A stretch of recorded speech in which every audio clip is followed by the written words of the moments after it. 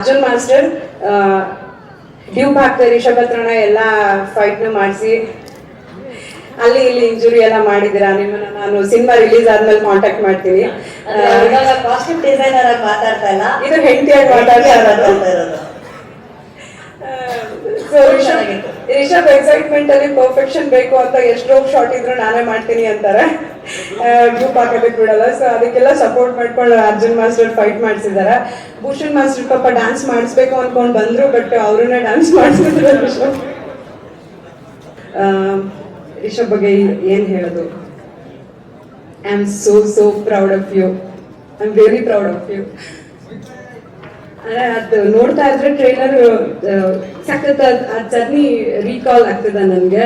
ಅಂದ್ರೆ ಒಂದಿನ ಒಂದ್ ಕತೆ ತಲೆಗೆ ಬಂದು ಅದ್ರ ಪೆನ್ ಹಿಡ್ದು ಅವ್ರು ಹೋಗಿರೋ ರೀತಿ ಆಗಿರ್ಬೋದು, ಅದ್ರ ಜೊತೆಗೆ ಏನೇ ಅಡೆತಡೆಗಳು ಬಂದ್ರು ಅದನ್ನೆಲ್ಲ ದಾಟ್ಕೊಂಡು ಅದ್ ಹಾರ್ಡ್ ವರ್ಕ್ ಅಂತ ಎಲ್ಲ ಐ ಥಿಂಕ್ ಈ ಸಿನಿಮಾಗೆ ಹೇಳಕ್ ಆಗಲ್ಲ. ಯಾಕಂದ್ರೆ ಆ ಹಾರ್ಡ್ ವರ್ಕ್, ಶ್ರಮ, ಶ್ರದ್ಧೆ ಅದನ್ನೆಲ್ಲ ದಾಟ್ಕೊಂಡು ಹೋಗಿದೆ.